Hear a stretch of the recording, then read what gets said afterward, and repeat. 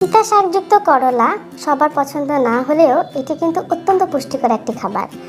করলাকে সাধারণত আমরা ভাজি হিসেবে, তরকারি হিসেবে খেয়ে থাকি, কিন্তু এতে যে পরিমাণ পুষ্টি উপাদান আছে তা শরীরের জন্য খুবই উপকারী। এতে শরীরের প্রয়োজনীয় প্রায় সব ধরনের ভিটামিন মিনারেলসই বিদ্যমান আছে।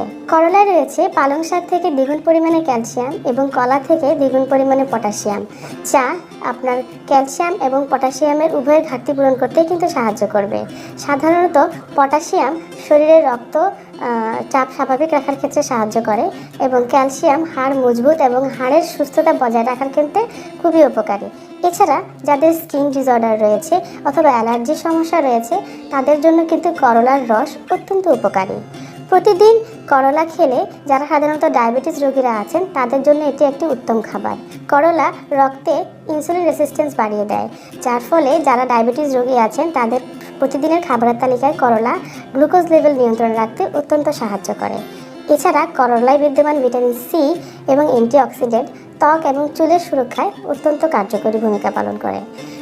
করলায় রয়েছে প্রচুর পরিমাণে ফাইবার, যারা সাধারণত কোষ্ঠকাঠিন্য ভুগছেন তাদের জন্য কিন্তু প্রতিদিন করলা অত্যন্ত উপকারী সবজি হিসেবে কাজ করবে। তাছাড়া করলার ভিটামিন সি ত্বক এবং চুলের জন্য অত্যন্ত উপকারী হিসেবে কাজ করে। তাই প্রতিদিন খাবারের তালিকায় করলা এবং করলা ভাজি বা করলা যে কোনোভাবে হোক আপনাদের খাবারের তালিকায় থাকা অত্যন্ত প্রয়োজনীয়। তবে মনে রাখতে হবে অতিরিক্ত করলাও কিন্তু শরীরের জন্য ক্ষতিকর। প্রতিদিন দুটোর বেশি করলা যেন না হয় সেদিকে খেয়াল রাখতে হবে। আর গর্ভাবস্থায় যারা বিশেষ করে গর্ভবতী মায়েরা আছেন তারা অবশ্যই ডায়েটিশিয়ানের পরামর্শ অনুযায়ী নির্দিষ্ট পরিমাণ করলা খেতে পারবেন। করলাতে এনহেলমিন্টেক কম্পাউন্ড আছে যা কৃমিনাশক হিসেবে কাজ করে। এছাড়াও করলাতে রয়েছে ব্রোকলির থেকেও বেশি পরিমাণে বিটা ক্যারোটিন, আর বিটা ক্যারোটিন দৃষ্টিশক্তি এবং চোখের সুরক্ষার জন্য অত্যন্ত উপকারী একটি উপাদান। তাই প্রতিদিনের খাবারের তালিকায় করলা রাখুন এবং শরীরকে সুস্থ সতেজ রাখুন।